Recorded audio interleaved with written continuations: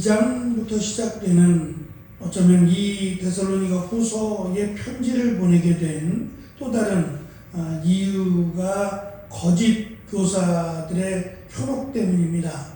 앞에서 말씀드린 것처럼 예수님의 오심, 다시 오심에 대해서 사도 바울은 강조했는데 그 강조가 지나치지 않은 것은 2장 1절부터 거짓 교사라고 소개되는 그들이 사도 바울을 빗대어서 흉내내서 거짓 가르침으로 이들을 현혹시켰는데 그것이 그냥 현혹에 끝나지 않았다면 문제가 아닐 겁니다. 이것 때문에 그들이 혼란스러워하고 또 이것 때문에 두려움이 생겼다라는 이런 심각함 때문에 긴급하게 사도 바울은 데살로니가 후서를 보내게 된 겁니다. 핵심은 주 예수 그리스도의 재림이라고 할 수 있는 다시 오시는 것과 성도들의 모임이라고 하는 예배겠지요. 하나님 앞에 예배드리는 이 예배 시간에 이들이 찾아온 겁니다. 이들이 찾아와서 예수님이 오셨다라고, 다시 오셨다라고 가르치게 된 겁니다. 단순히 임박했다라고 하는 의미가 아니라 이미 여기에 도착하셨다, 재림이 이루어졌다라고 이들이 주장을 한 겁니다. 단순한 주장이 아니라 설득력이 있었고 성도들이 그것을 듣고 마음이 심하게 흔들렸다라고 소개를 합니다. 마치 지진으로 땅이 흔들리듯이 그들의 신앙적 확신과 일상의 평안이 무너져 버렸습니다. 두 번째는 두려움에 빠졌다는 겁니다. 종말에 대한 공포라고 할 수 있는 예수님이 오셨는데 나는 여전히 고난 가운데 있고 나는 여전히 세상 가운데 있다. 그래서 우리는 곧 하나님의 심판에 이르게 될 것이다 라고 하는 현혹말입니다. 계시록을 주장하는 자들도 예수님이 오신다라고 하는 것으로 현혹을 했습니다. 그래서 언제 몇 시에 예수님이 오신다, 그것을 기다리라. 그런데 단순히 기다리는 게 아니라 정말 예수님이 오실 것을 준비하고 기다리라. 이 땅의 모든 것들을 정리하고 예수님이 오시면 기쁨으로 예수님을 맞이하고 하나님의 나라에 들어가자라고 하는 겁니다. 그때와 시기는 아무도 알 수 없다고 말씀을 하셨음에도 그것을 주장을 했어요. 나는 안다 라고 하는 것은 결국 이 거짓된 가르침의 출처가 사도 바울은 세 가지로 설명을 합니다. 첫째는 영을 통해서 라고 말하는데 성령의 예언을 받은 것처럼 주장하며 바울의 가르침에 근거한 것처럼 포장된 거짓 예언입니다. 다시 말하면 예수님은 아무도 알지 못한다, 오직 하나님만 아신다라고 말씀하셨음에도 불구하고 나는 안다라고 하는 것은 직접 계시를 받았다는 겁니다. 성령을 통해서 나는 직접 계시를 받아서 다른 사람은 모를지라도 나는 안다라고 하며 자기가 대단한 것처럼 또 이것이 하나님의 예언이다라고 강조를 했습니다. 그래서 그때와 시기는 알 수 없다라는 말씀이 무색할 정도로 나는 안다라고 말하며 그것을 기다리라고 주장을 했는데 문제는 이것이 잘못됐다라고 인정을 하지 못하고 받아들인다는 데 있습니다. 영적인 일, 또 하나님의 일이라고 하는 것은 우리가 습득해서 알 수 있는 것도 아니고 또 노력해서 알 수 있는 것도 아닙니다. 이것은 하나님이 허락하시는 하나님의 영역에 속한 일이기 때문에 그것에 대해서 누구도 발가불가할 수 없어요. 그러니 직접 말씀하셨다라고 말하면 조심스럽기 그지없어요.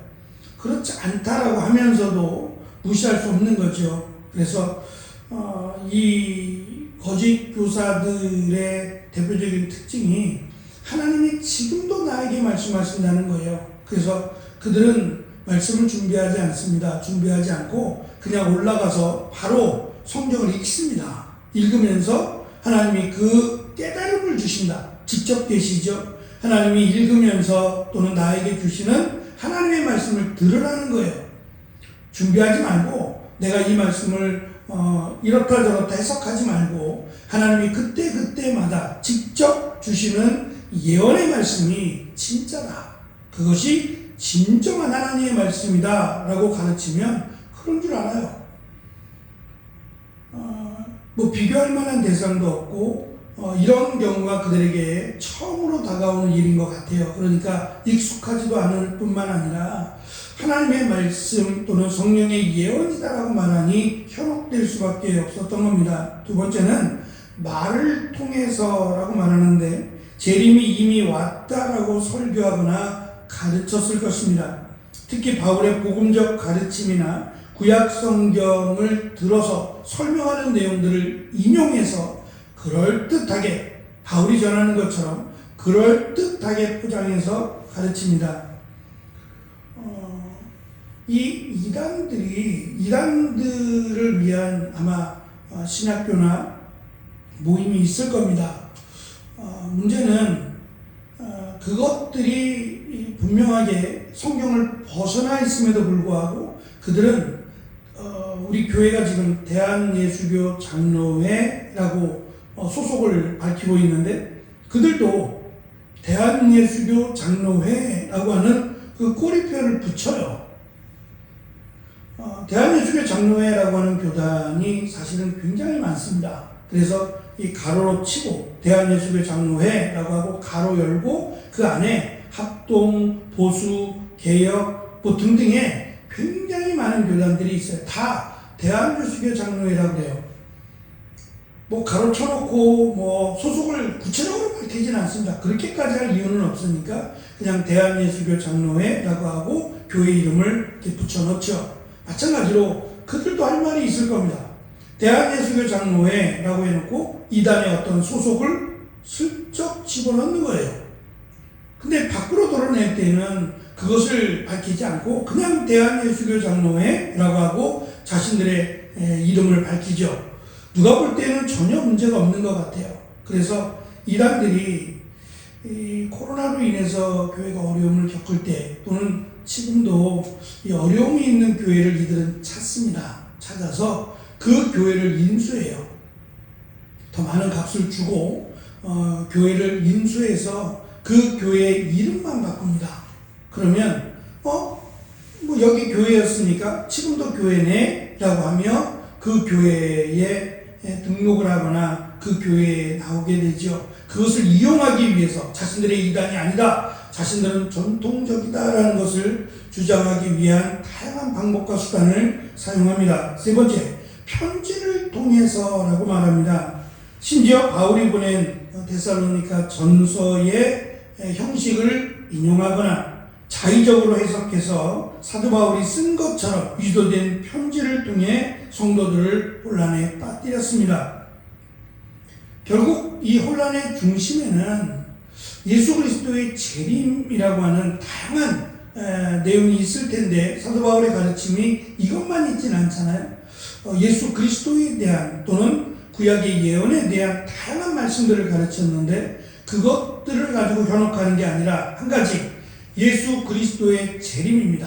다시 오신다라고 강조한 것을 오셨다라고 말을 한 겁니다.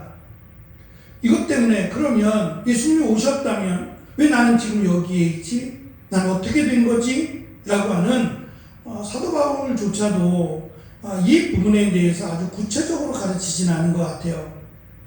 그래서 그것 때문에 이들이 혼란스러워하고 심지어 두려움과 또는 어려움에 빠지게 됩니다.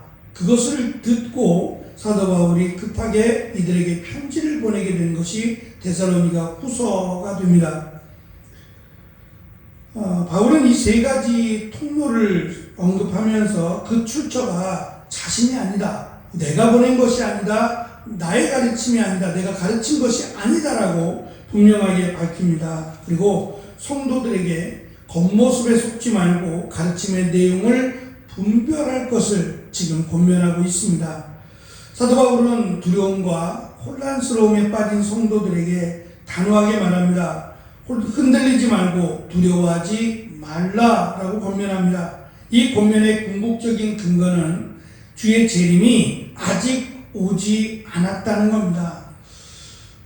그러면서 그는 3절부터 재림이 오기 전에, 예수님의 재림이 오기 전에 반드시 일어나게 될 일, 마치 예수님께서 제자들이 언제 오시느냐라고 물었어요.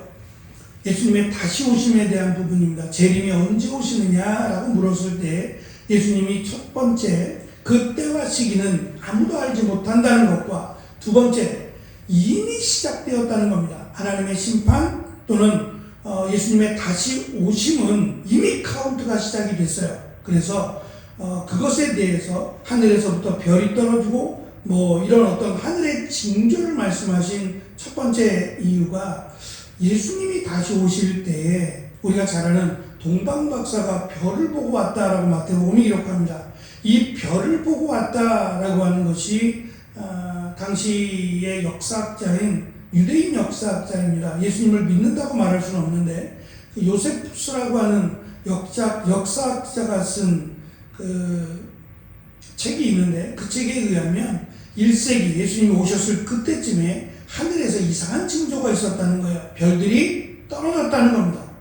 그냥 별똥별이 떨어진 것과 같은 증상이 아니라 수많은 별들이 떨어졌대요. 그래서 이상하다.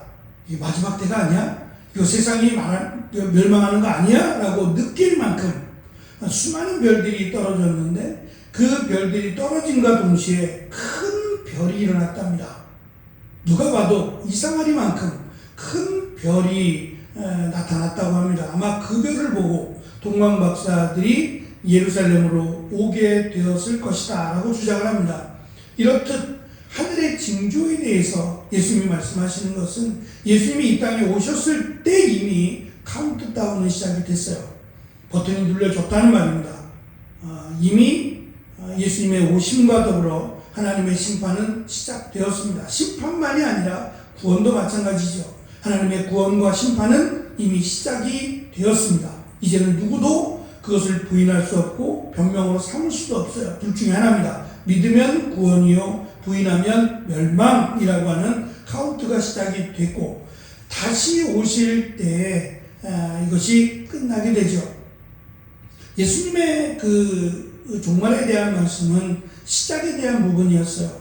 예수님이 오셨다라고 하는 것이 심판의 시작이 되었던 것처럼 그런 징조들 그리고 앞으로 나타날 일, 성전이 무너지고 이단들이 등장할 것을 말씀하셨어요. 마찬가지로 사도 바울도 예수님이 다시 오시기 전에 이러한 일들이 일어날 것이다 라고 하면서 배교와 불법의 사람의 등장, 이단들이 등장하게 될 것이다. 그때가 마지막은 아니다. 이것이 마지막 때에 나타날 징조임에는 분명하지만 그렇게 그것이 시작되면 예수님이 오신다 라고 말할 수 없다는 거예요. 그래서 하늘에 나타난 구름이 움직이고 하는 이러한 현상들은 예수님의 오심에 대한, 다시 오심에 대한 현상은 아닙니다. 그래서 마태복음에 있는 이 예수님의 말씀 때문에 비가 오거나 하늘이 어떤 징조가 보이거나 그러면 예수님이 오신다 라고 주장하는 일들도 있었어요. 특히 비 오는 날에 바람 불고 날씨가 현저하게 문제가 있을 때 마치 예수님이 오시는 것처럼 그렇게 오해하는 경우도 있었습니다. 예수님은 그렇게 말씀하지 않으셨어요. 분명하게 여인들이 식사 준비를 할 때 맷돌을 서로 마주대고 맷돌을 가지고 음식을 준비하는 아주 평범한 일상 가운데 한 사람이 들림을 받는 일로 말씀하시고 두 사람이 일을 하다가 농사일을 하다가 갑자기 한 사람이 들림을 받는 식으로 그래서 때와 시기는 알 수 없고 또 그때가 마치 어떤 그 하늘 현상이나 천지의 어떤 이변으로 인해서 그렇지 않다는 겁니다. 누구도 기대하지 않을 그때에 설마 라고 하는 그때에 오실 수도 있다라는 것을 말씀하셨어요. 그러니까 이 말씀을 사도 바울도 가르쳤을 겁니다. 예수님께서 가르쳐 주신 마지막 때에 대한 부분도 분명히 가르쳐 주셨을 거예요. 그런데 이 거짓 교사 또는 이단들의 현혹에 그만 넘어가고 흔들리고 두려움에 빠지게 되고 말았습니다. 누구도 장담할 수 없을 것 같아요. 이런 그 거짓 가르침에 대해서 나는 괜찮아 라고 말할 사람이 많지 않을 겁니다. 이단에 빠지는 경우도 대부분은 교회를 다니던 사람들이에요. 교회를 다니지 않던 사람들은 별로 관심이 없어요. 예수님 말씀을 모르기 때문에 관심도 없고 그것에 빠질 확률이 현저하게 적습니다. 오히려 교회를 다니던 사람들 또는 성경에 대해서 관심을 가지고 이게 뭘까라고 하며 말씀에 더 관심을 가졌던 사람들이 빠진다는 겁니다. 그들의 주장은 교회는 가르쳐주지 않는다. 교회는 모른다. 목사들은 모른다. 라고 하면서 마치 자신들만 아는 것처럼 하나님이 자신들을 통하여 일하시는 것처럼 그렇게 다가온다는 겁니다. 그래서 저희가 요한계시록을 할 때도 말씀을 드렸던 것처럼 성경은 분명합니다. 분명하게 우리 앞으로 일어날 일들이나 또는 예수님의 재림에 대해서 분명하게 가르치고 있습니다. 이 가르침을 잘 숙지하고 이 거짓 가르침을 분별할 수 있도록 옳고 그름을 잘 분별할 수 있도록 우리가 바로 세워지고 또 성도들을 바로 세우는 일이 교회가 해야 될 또 다른 사명이라고 생각합니다. 오늘날에도 거짓된 종말론이나 혹은 신앙의 본질을 벗어난 가르침으로 성도들의 마음을 흔들고 두려움을 이용하고 있습니다.